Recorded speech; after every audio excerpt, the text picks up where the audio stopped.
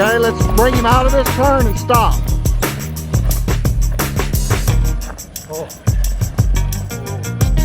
Very good.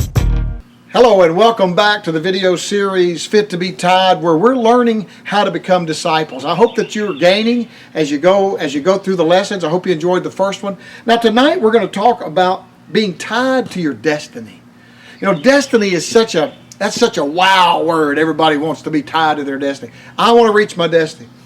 I understand you want to reach your destiny, but in order to get there, there's some right here and now that you got to go through, that you have to learn to navigate. So before you can reach your destiny, you've got to learn how to not get away from the present. A horse has two levels of defense.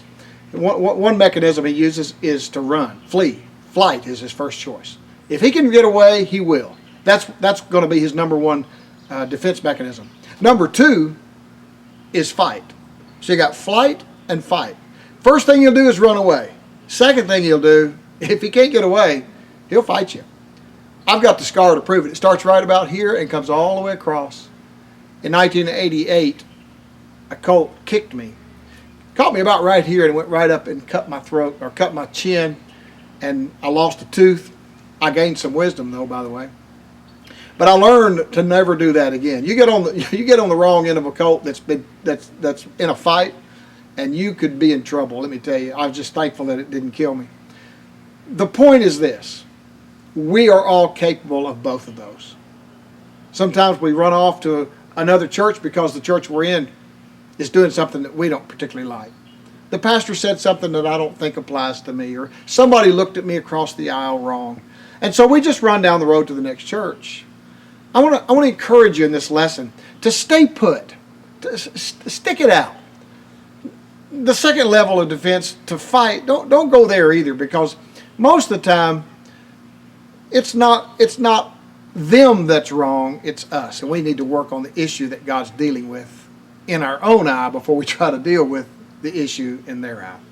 So when the disciples were sent to find that colt, there were two things that they were told to do. Number one, he was said, loose it. Number two, he said, bring it. So God wants to loose you from things, but then he wants to bring you to something. It's not just about getting you free. It's about bringing you to something else. God's not setting you free so that you can run free. He's tying you to something. I've told you many times in both books and also in the videos, unless you can be tied to something, you really can't be used for anything. God wants to tie you. So though you're thinking about being free, this really isn't about being free. It's about being tied to the cross and being obedient to it and doing what God wants. So hey, I hope you enjoy this lesson tonight. If you want to be tied to your destiny, then get tied to a post somewhere and let God do something great with you. Hey, God bless you. See you next week. Next week we're going to talk a little bit about being under control. That's going to be an interesting one. So hey, get tied to your destiny. God bless you. See you next week.